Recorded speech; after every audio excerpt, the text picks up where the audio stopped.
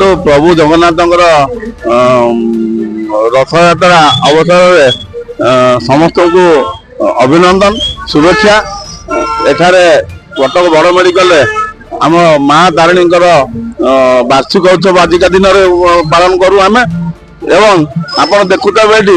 आम ये 10,000 लोकों अन्न प्रसाद करूँ समस्ते शांति शृंखला अन्न प्रसाद पाँच एवं एठारे आप देखिए ऑल ओडिशा रोगी नहीं आसुंच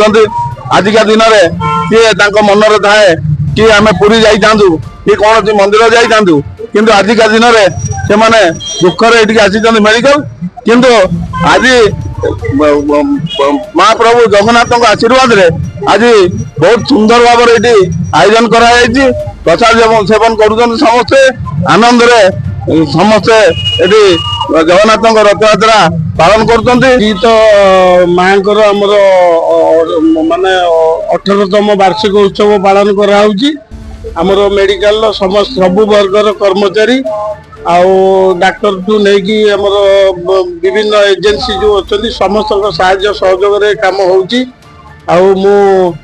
महाप्रभु जगन्नाथ आ माँ तारिणी पाखे एति अनुरोध करुच्ची जे आज ठीक खाइबा आरंभ है आमर पाग अनुकूल अच्छी वर्षा काली ठारू लगी रही आमर जो मेंबर मानकर अक्लांत परिश्रम काली ठारू माने दीर्घ 4-5 दिन धरी काली ठारू सबुठारू अधिक परिश्रम होउची वर्षा रे भिजी भिजी जहा लोकंकर जो खाइबा पीवा यही हुए वार्षिक उत्सव आमर ये माँ यज्ञ टिके हुए जगत उद्धार पाई मेडिकल को लक्ष लक्ष रोगी आसुचंती चिकित्सा हाँपाई आम भी माँ को सब आसिक समस्त विभिन्न मानसिक करके जाती आउर मानसिक पूरण हुए आ सब एतिकी समस्त साहाय्य सहयोग अनुष्ठान चली आम आशा करूँ जे पर्यंत मेडिकल थी से पर्यंत अनुष्ठान सेमती चली विभिन्न कर्मकर्ता विभिन्न समय बदलु थे किंतु माँ काम के बंद हेनी प्राय 8 ରୁ 10,000 लोक खाइबार व्यवस्था कराई प्रसाद सेवन यज्ञर आमर गत पर दिन ठारू अधिवास है अधिवास पर काली ठारू सूर्य पूजा ब्रह्मावरण षोडश उपचार सब सरिकी यज्ञ आरंभ है आज सका से सूर्य पूजा आरंभ हो बर्तमान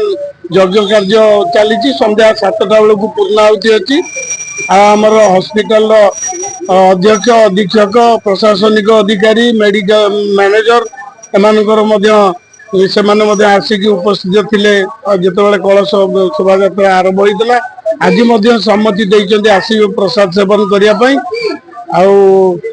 आपण मान मध्यम माँ तारिणी और प्रभु जगन्नाथ को आम प्रार्थना करूँ मेडिकल को जिते रोगी आसुँच समस्त को आशु आरोग्य आनीदे यह आज दिन कामना।